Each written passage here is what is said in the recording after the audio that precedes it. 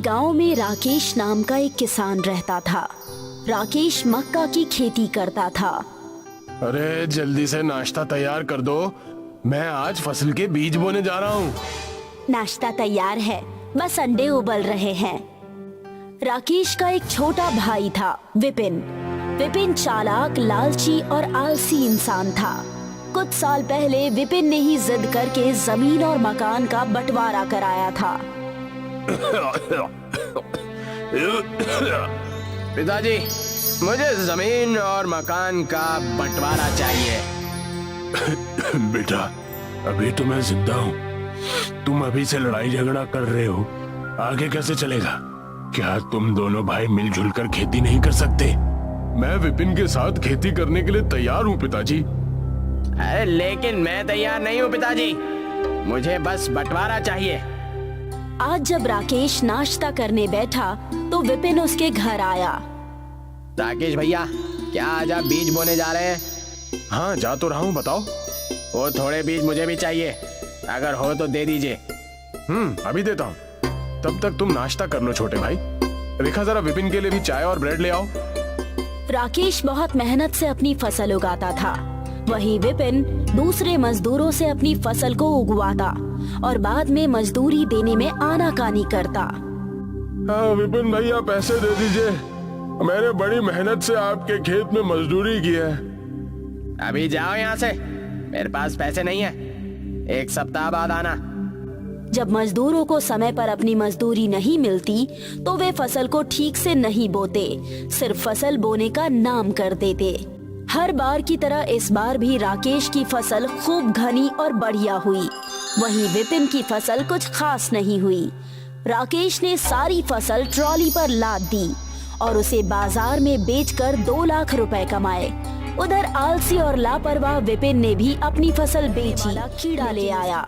विपिन की पत्नी ने उसे समझाया, ये आप ठीक नहीं कर रहे हैं, आपके भाई आपकी हर तरह से मदद करते हैं और आज आप उन्हीं की फसल बर्बाद करना चाहते हैं। तू चुप कर, ज्यादा बकबक करेगी तो तुझे भी मायके छोड़ाऊंगा। तो छोड़ आओ ना, धमकी किसे दे रहे हो? मैं मायके चली गई तो तुम्हारे घर पर मक्खियां भिनकेगी, कोई नहीं बचेगा जो तुम्हारे घर और बच्चों को संभाले। अच्छा ठीक है, मैं राकेश भैया की फसल को कीड़ा नहीं लगाऊंगा। अब तू जल्दी से मेरे लिए खाना लेकर आ, चल। विपिन ने अपनी पत्नी से झूठ बोला। एक रात वो चोरों की तरह अपने भाई राकेश के खेत में घुस गया और उसने राकेश की फसल पर कीड़े डाल दिए। राकेश उस समय अपने रिश्तेदारी में दावत खाने गया हुआ था। कुछ दिन बाद जब वो घर लौटा तो उसने देखा कि सारी फसल में कीड़ा लग गया है। हे भगवान, ये क्या हो गया? सारी फसल बर्बाद हो गई। इस साल राकेश की फसल सिर्फ 20,000 में बिकी। भगवान, सिर्फ 20,000 में साल भर तक का खर्चा कैसे चल पाएगा? राकेश मदद मांगने विपिन के पास पहुंचा। छोटे भाई, इस साल मेरी फसल मारी गई, ले देकर 20,000 मिले हैं, तुम आकर मुझे 50,000 रुपए उधार दे दो तो बहुत मेहरबानी होगी। 50,000 छोड़ो, मेरे पास 1 रुपया उधार नहीं है देने के लिए, मेरे ऊपर कर्ज चढ़ा हुआ है, मैं वही नहीं उतार पा रहा हूँ, आपको पैसे कहाँ से दूंगा? इस तरह विपिन ने झूठ बोलकर राकेश से पल्ला झाड़ लिया। राकेश बेचारा गांव के लोगों से मदद मांगने के लिए भटकने लगा। रास्ते में राकेश को वही साधु आता हुआ दिखाई दिया जिसे राकेश दान किया करता था। क्या हुआ बालक, आज तू इतना परेशान क्यों दिख रहा है? क्या बताऊं महात्मा जी, मेरी सारी फसल को कीड़ा लग गया। फसल मात्र 20,000 रुपए में बिकी है, मेरे परिवार का खर्चा इतने रुपए में नहीं चलने वाला, मुझे समझ नहीं आ रहा अब मैं क्या करूं। साधु ने राकेश को एक डिब्बा दिया और कहा, इस डिब्बे में कुछ बीज है, इसे ले जाकर अपने पूरे खेत में डाल देना, फिर देखना तुम्हारे खेत में क्या उगता है। राकेश ने साधु द्वारा दिए गए बीजों को अपने खेत में बो दिए। सिर्फ 1 सप्ताह बाद राकेश के खेत में कुछ खास तरह